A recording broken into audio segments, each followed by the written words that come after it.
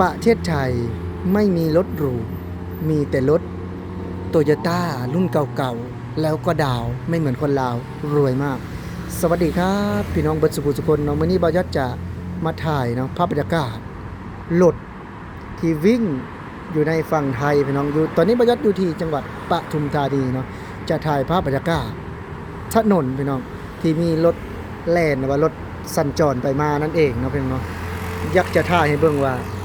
คืออยู่ในประเทศไทยนี่เพิ่นมีแต่รถเก่าบ่หรือว่ามีรถใหม่เนาะในมุมมองของบายอดนะถามว่าประเทศไทยมีรถใหม่มีรถใหม่เยอะมากๆนะพี่น้องเยอะมากๆแล้วก็จะบ่มีเก่าเลยแต่ว่าคนที่บ่ได้เข้ามาอาจจะบ่ฮู้เนาะและเพิ่นบอกว่าคนลาวนี่รวยเนาะแบบว่าซื้อก็ซื้อสดคนไทยนี่ยังจนอยู่เนาะมีแต่ผ่อนพี่น้องเพิ่นมีแต่ผ่อนเนาะคือบ่ยอดก็อยากตอบตรงนี้แล้วก็อยากเว้าตรงนี้นะคือประเทศไทยนี่นะเพิ่นผ่อนบ่ได้แปลว่าคนมีเงินนะบางคนนี่มีเงินเป็น100 ล้านพันล้านเนาะเพิ่นยังผ่อนเลยลดราคาล้านหรือว่าลดราคา7%เพิ่นก็ผ่อนเพิ่นจะบ่เลือกจ่ายสดเนาะคือผ่อนนี่เงินสมมุติว่าเฮาเงิน 500,000 เนาะคนไทยเพิ่นจะคิดแบบนี้เงิน 500,000 ถ้าไปดาวเนาะหรือว่าจ่ายแต่ละเดือนหรือว่าดาวเงินอีกส่วนนั้นพี่น้องสมมุติว่าดาวก่อน100,000 บาทเนาะแล้วก็จ่ายแต่ละเดือนเงินส่วนนั้นก็จับได้ไปเฮ็ดกิจการหรือว่าเฮ็ดขายอย่างต่างๆก็ได้ขายผลไม้ก็ได้พี่น้องแต่ถ้าคนลาวถ้าบ่มีเงินแล้วก็จะบ่กล้าดาวและเพิ่นก็บ่ให้ดาวเพราะว่าบ่มีเงินเดือนเพราะว่าส่วนหลายคนลาวเฮาก็จะมีแบบว่าอาชีพพี่น้องคนลาวเนาะอาชีพทำนาเนาะแต่ทำนาก็บ่แม่นทำนาขายนะทำนาบางคนก็บ่พอกินด้วยซ้ำแต่แตกต่างจากคนไทยนะแตกต่างจากคนไทยคืออยู่ทางฝั่งไทยนี่ก็บ่จะเห็นนะคนไทยนี่อายุมากๆพี่น้องเพิ่นก็ยังทำมาหากินอยู่เนาะเพิ่นจะบ่ได้แบบว่าอยู่บ้านถ้าเงินจากลูกบ่เกิน 10% พี่น้องที่มีแบบนั้นเนาะที่มีนิสัยว่าขอเงินนำลูกแต่คนลาวเนี่ย90%นี่คือขอเงินนำลูกคืออย่างทุกคนได้เห็นเนาะถนนพี่น้องมีบ่เนาะบ่ได้มีรถเก่าเนาะถนนกับถนนใหม่เพิ่นจะบ่ได้มีรถเก่าเนาะแต่ถามว่ารถแบบนี้รถเป็นหยังบ่ได้แม่นรถหรูเนาะรถที่แบบว่าส่งของหรือว่าส่งที่แบบว่าแก้หินแก้ทรายหรือว่าแก้แบบว่าคนงานเนาะแรงงานคือบ่ยอดนี่พี่น้องไปทำงานเนาะแต่รถแบบว่าปกติก็จะเป็นรถหรูนี่เยอะมากเนาะแล้วก็ถามว่าคือเว้าแหละเนาะคนลาวนี่บ่ได้ดาวเด้เนาะเพิ่นจ่ายสดมันก็ยังอยากเว้าคืนนี่ว่าจ่ายสดคนลาวนี่บ่มีปัญญาเนาะถ้าหากว่าบ่ขายที่นะแต่คนไทยนี่เพิ่นขายแค่สติปัญญาหรือว่าหัวแฮงเนาะเฮ็ดได้ว่าซั่นคือจังคนไทยนี่บางคนมีเงินเดือนฮอดแสนกว่าบาทเนาะทำงานออฟฟิศหรือว่าทำงานเป็น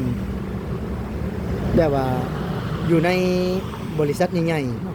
แต่ว่าคนลาวเนาะบริษัทใหญ่ที่สุดหรือว่าใหญ่ๆอีหลีก็บ่เกินสัก 5-6 ล้านเราจะคิดว่าประมาณนี้สัก 10,000 บาทเนาะแล้วเป็นยังเอาเงินมาใช้สมมุติว่าซื้อสดหลายคนก็สงสัยเนาะขายนาพี่น้องเนาะบางคนก็แบบว่าพื้นที่นาทำกินนั่นพี่น้องถือโครงการเนาะแบบนี้นะถือโครงการก็แบบว่ารวยแล้วเนาะมีเงินมีคำแล้วก็มาซื้อรถเนาะเข้ากินก็สิบ่มีเด้อพี่น้องบัดเนาะเข้ากินก็สิบ่มีแต่แตกต่างจากคนไทยนี่ซื้อรถซื้อล่างนี่เนาะบ่จัดคิดว่านี่ส่วนหลายแม่นเงินที่หาโดยเหือได้แห้งหาเพราะว่าประเทศไทยนี่มีบ่อนหาหลายอย่างตัวคนไทยนี่ยิ่งหาง่ายเนาะบ่ว่าจะเป็นขับรถโดยสารขับรถแก๊ปหรือว่าถ้ามีรถแล้วนะพี่น้องหรือว่าขายผลไม้เนาะขายต่างๆนี่ได้เบิดพี่น้องคืออยู่ในประเทศเพิ่นแต่บ่ยอดนี่เนาะมาบ่ยอดก็ยังได้วันละ300 400เนาะพี่น้อง500แล้วแต่งานคือสตาร์ทนี่300เนาะ300ก็เยอะบ่เงินบ้านเฮาเยอะนะพี่น้องเนาะ160,000เนาะ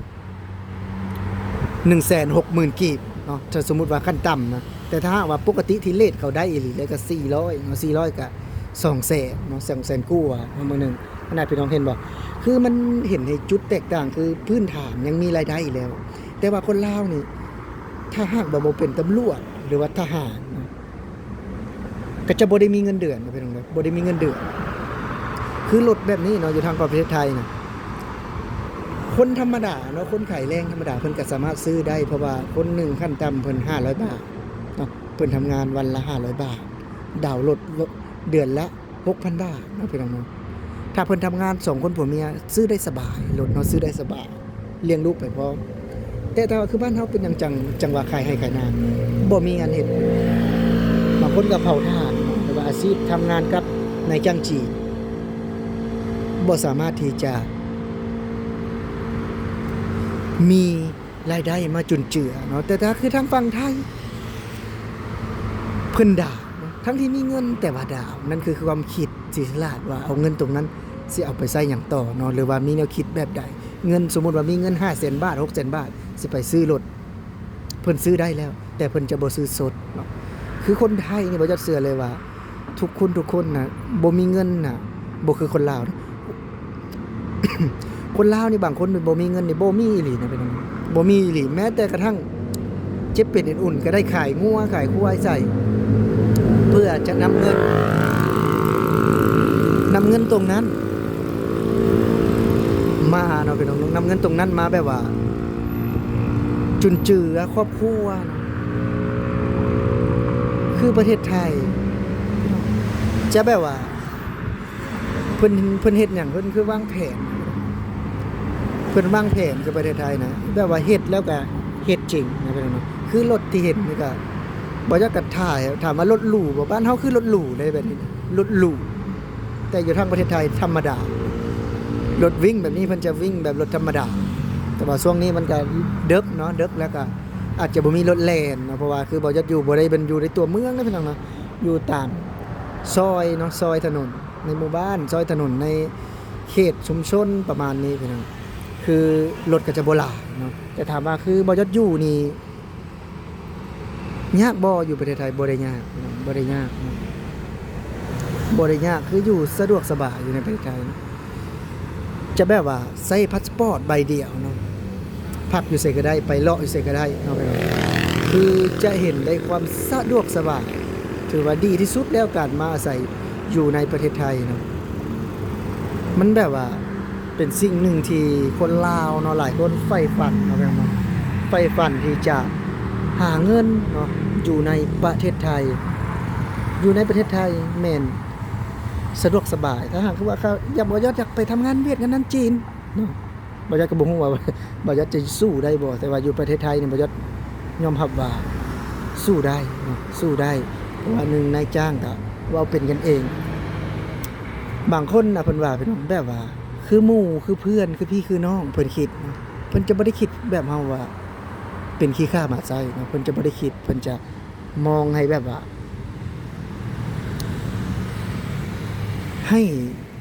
เฮากับเพิ่นนั้นใกล้ชิดกันเพื่อจะได้พูดคุยกันง่ายถ้าเพิ่นมองแบบนั้นนี่บ่จะคิดว่าคนลาวนี่ก็จะบ่เลือกมาประเทศไทยดอกเนาะแล้วก็หลายคนหลายประเทศก็จะบ่เลือกมาถ้าหากว่าคิดแบบนั้นนะแต่ว่าคือบ่ยอดได้สัมผัสนี่คืออยู่ประเทศไทยนี่ดีสุดๆแล้วเนาะดีสุดๆแล้วเป็นประเทศที่เป็นกันเองเป็นประเทศที่พัฒนาเนาะถ้าหากว่าเป็นประเทศที่กำลังพัฒนาน่าจะไม่ใช่คือเป็นประเทศที่สุดยอดเป็นประเทศที่ให้ความอบอุ่นคือประยัดว่าตรงนี้เลยว่าอยู่ในประเทศไทยมันจะบ่ได้แม่นแค่นั้นเลยเป็นบ่ได้แม่นแค่ว่าอยู่ในประเทศไทยแล้วเป็นขี้ข้าไทยบ่ได้แม่นเฮาจะได้ความรู้หลายอย่างพี่น้องก็สำหรับคลิปนี้บ่ยัดสิขอลาพี่และน้องไปก่อนสวัสดีครับ